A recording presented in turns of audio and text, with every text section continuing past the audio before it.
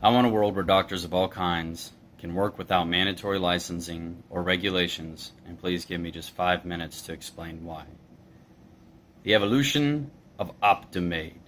Presented in front of you is one of our newest additions to our prestigious line of home medical products. We are proud to bring you OPTOMAID.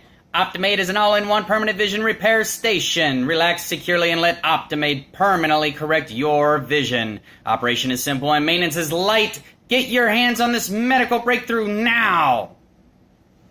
I heard that Jenkins' dad down the street actually has one of those. A teenager cries for his father. Do you think they'll mind if we can use it to help our friends from Russia? He responds. We should ask. The teenager bounces his head with wide eyes. Dr. Jenkins occupied most of his life working in vision repair. Though technology seemed to be rendering many positions in his field obsolete, Jenkins always found a way to provide his clients with a service they found valuable. This characteristic allowed him to retire earlier than most. Now Jenkins offers his services for free as a small token of appreciation for other people who gave him the opportunity to earn such a rewarding life. He wasn't the first to do this. In fact, the market for vision repair exploded when all the government regulations were lifted.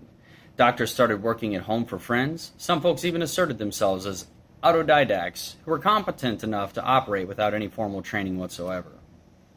Mistakes were made, but fewer than you would guess. And some of those self-learners actually made quite the name for themselves after building a reputation of safety, reliability, and convenience for their customers over the course of the following years.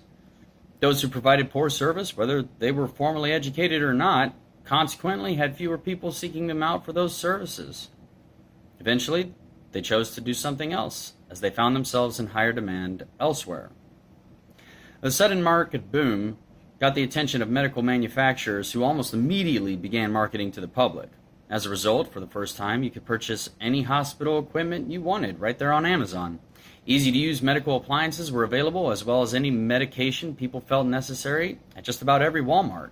The prices, while starting high because of government influence, plummeted because so many competing suppliers now had the freedom to sell to anyone they could. And they did.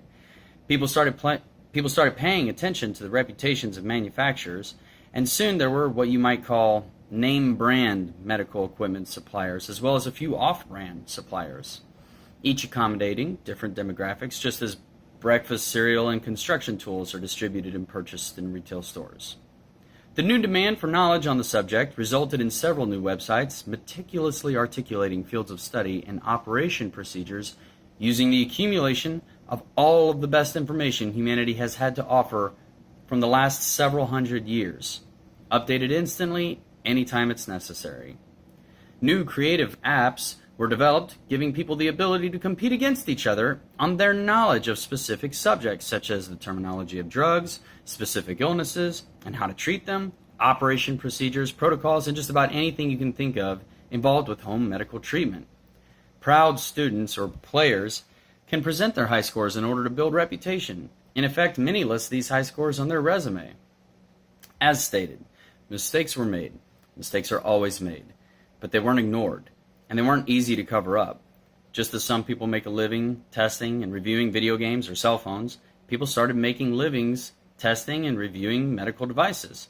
From the box opening sessions all the way to the demonstration and stress tests, reviewers competed against each other to provide as much useful and detailed information on the products as cohesively and efficiently as possible.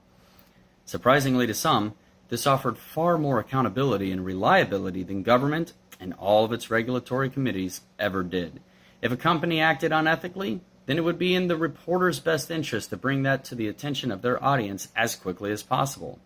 Thus the "you heard it here first" claim.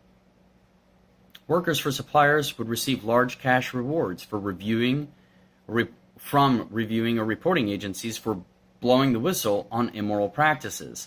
Many medical manufacturers recognize that it is in their best interest to subscribe to these reporting agencies, as they would want to assure people that they are practicing ethical business standards. People subscribe to these reporting agencies because they want to purchase from manufacturers that best suit their needs. Most people purchase from companies with a reputation for ethical business practices when it comes to medical care. As a consequence of this, Businesses in the field of medical supplies now take profound action in order to maintain trust with their customers by working directly with reporting agencies and closely with the customers themselves instead of the government.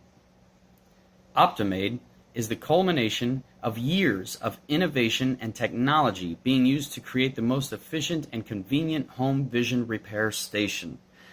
The machine reliably spots any illness that any doctor would find and much more. It very quickly, very accurately determines your vision and maps out what the most effective treatment will be. The machine talks to you throughout the process, measures your levels of anxiety, and responds appropriately. With more precision and speed than any human could hope to maintain, it completes the operation flawlessly over 97% of the time, which outperforms human-controlled procedures across the board.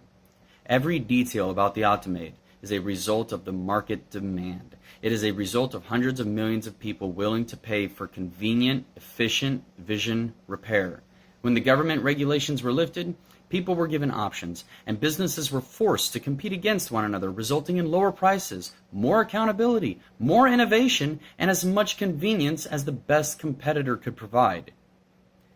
The market has basically served as an arena where businesses compete against each other to provide people with what they demand.